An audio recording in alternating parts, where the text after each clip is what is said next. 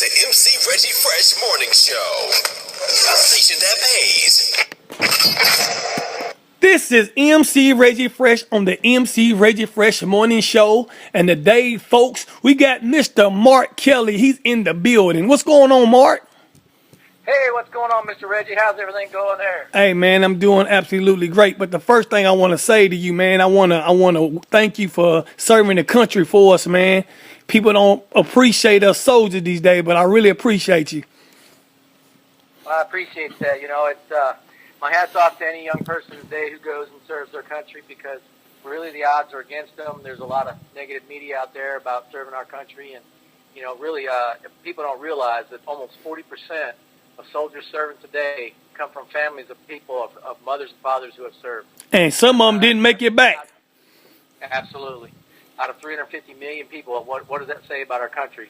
That nearly 40% are coming from current or former veterans. That's crazy. Got to do something. Got to do something about that trend. Right. Okay, now, man, how long you been a Pittsburgh Steelers fan? Well, actually, I was born in Detroit, Michigan, and everybody would usually ask me, how come you're not a Lions fan? Since I was 7 years old, I remember Terry Bradshaw throwing a pass to Lynn Swann, and from there I was hooked. I've been hooked since the 70s. I've been a fan since the 70s, and I've been collecting Steelers memorabilia since. That's what I'm talking about. So it's been a long time. You've been a Steeler for a while. All right, man, now. Very, very long time. What do you think about our season so far and how far we done got before we go to the playoffs? What did you think about this season, this past year? Well, you know, a lot of folks, they attribute the success of the Pittsburgh Steelers due to a weak division. Right. But that being said, you have to understand what we have. We also have one of the greatest receiving core has been in the NFL for a very long time. If you put all our receivers together,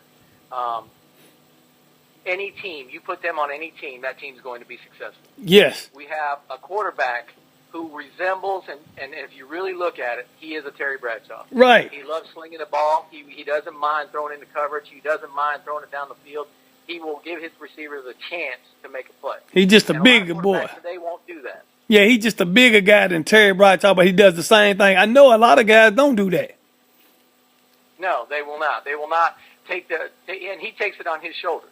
Yeah. He doesn't mind saying, look, that was my fault. I did it. So when you the bottom line is opportunity breeds success. And he gives his receivers the opportunity for that success. Yeah, because being a make a receiver good. Absolutely. That's what's up, man. So now, this playoff game tomorrow afternoon, what do you think? What's your intake on this game coming up against the Jaguars? Okay, here's what I think. They've got a great defense. They came into our house, beat us up pretty bad. I don't think we were ready. I think our defense was young at the time. They hadn't quite gelled together.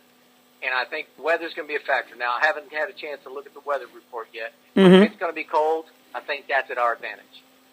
I think Jacksonville does not like playing in the cold. The southern teams have a hard time in cold weather. I know. So I really believe, and if it's raining, that's also to our advantage. You know what, man? I did a survey on that. We've got a running game that we've proven that Le'Veon Bell can run in any condition. Oh, yeah. Okay. All right. You know, I did a survey on that, man, about, the teams that got the warm climate weather. You notice all the ones that got good fields and indoors, they ain't no good teams. Absolutely. I ain't understanding that. Because they're used to playing on that field turf. See, and that's one of the things I like that the Steelers did when they built Heinz Field. They put the outside turf in. We were used to a turf field, but they went with grass. And so we've gotten better running on the grass. Right. We're doing a lot better with that. And I say again, we're used to the cold weather. Our guys don't mind the cold weather. And I think our guys proven that they can play in cold weather. And I really believe that the defenses are going to really tell the tale. Jacksonville's got a great defense, but their offense is sputtering, really sputtering. Blake Bortles coming at the end of the season has really been stifled. The passing game has not been there for Jacksonville. They're going to really rely on that running game. If we can shut down that running game, I believe that our corners are now experienced enough that they can shut them down. All right, man. We've got a few shutdown corners. Okay, you're right. And let me ask you this, though. Give me a score. Oh, score. I'm hoping this is what I really believe. I'm looking at, depending on the weather, I'm looking at 24-14 Steelers. Okay. All right. Cool. Okay. And That's now, like I sound. said, I'm basing that based on Jacksonville's lack of productivity.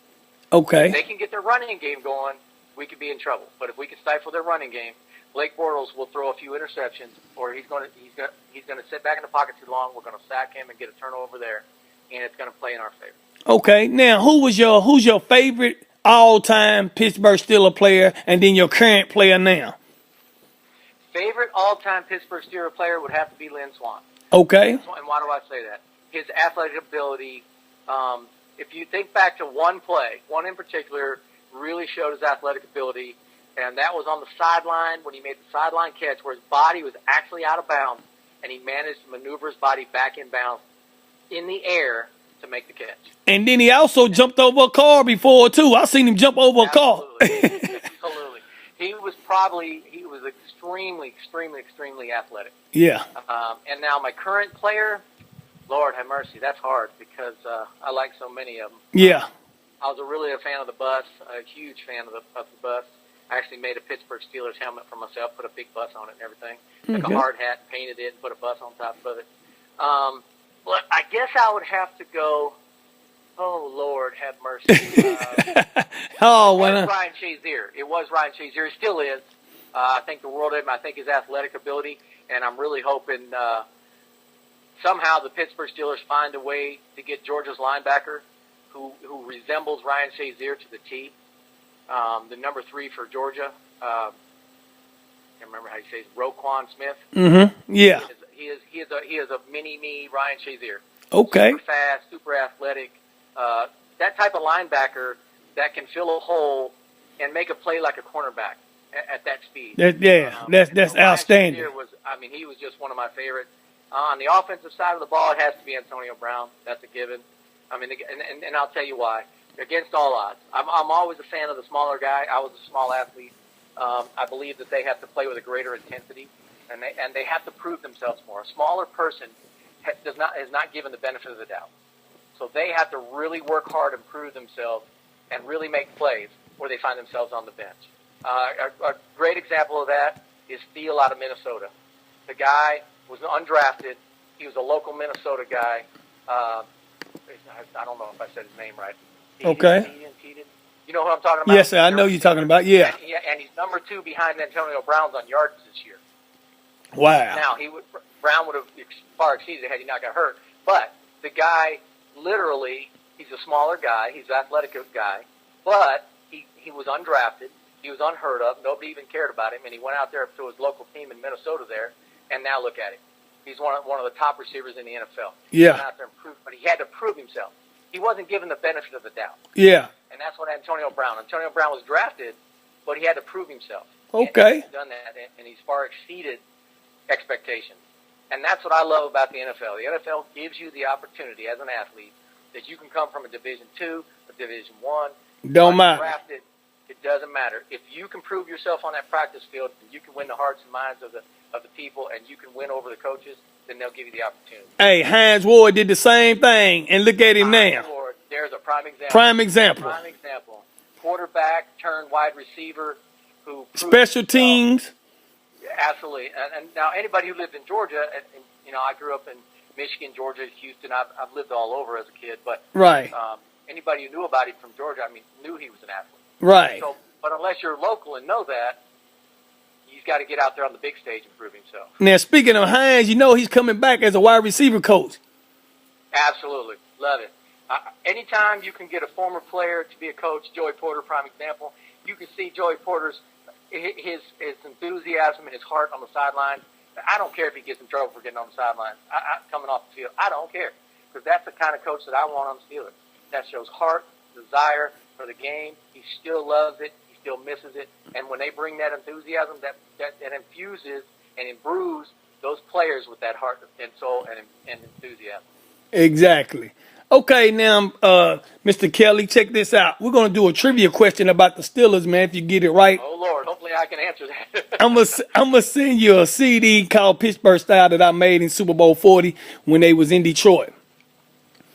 So just sit back and relax, man, and think about what I'm saying. If you're a true Steeler fan, you got to get this answer right, all right?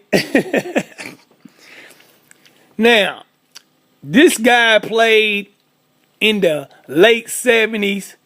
Well, now I'm going to say, yeah, late 70s and early 80s. Big guy. He was a tight end, and his number was number 89. Would that be Benny Cunningham? You better believe it. You got it. Benny Cunningham. Great player. Outstanding player. You got it right, brother. I'm a Steelers fan. I've been, like I said, I know most people can't name you 5 players from a team. I can name the majority of them. You better believe it. Well, look, man, you got any shout-outs you want to give to anybody? Yeah, I'd like to make a shout-out to all the Steelers fans. And I'd also like to shout out to my daughter's coach, varsity cheerleading coach in El Paso, Texas. She's a true Steeler fan. She travels all the way from El Paso, Texas to go and watch the games, her and her husband there in Heinz Field. And I'd like to shout out to my son, who's a giant. He's a big boy. I'm 5'7". He's 6'1". He's a big old huge fullback, and he loves the Steelers. He watches every week, and I'll tell you, anybody who knows this, there's a pond created. And my son and I, when I was stationed in Alaska, would go every morning to watch the Steelers at the Steeler Bar in Anchorage, Alaska, and we would do the sack quarters, and we built a relationship together, and that's just great times I'll never forget. So shout out to my son Blake Kelley. Outstanding. We're going to do it tomorrow. And the last question I want to ask you, Mark, could you please tell me what's the baddest station in the land and the baddest station that pays? Man, that's too easy. The MC Reggie Fresh Morning Show. This is the MC Reggie Fresh Morning Show, a station that pays.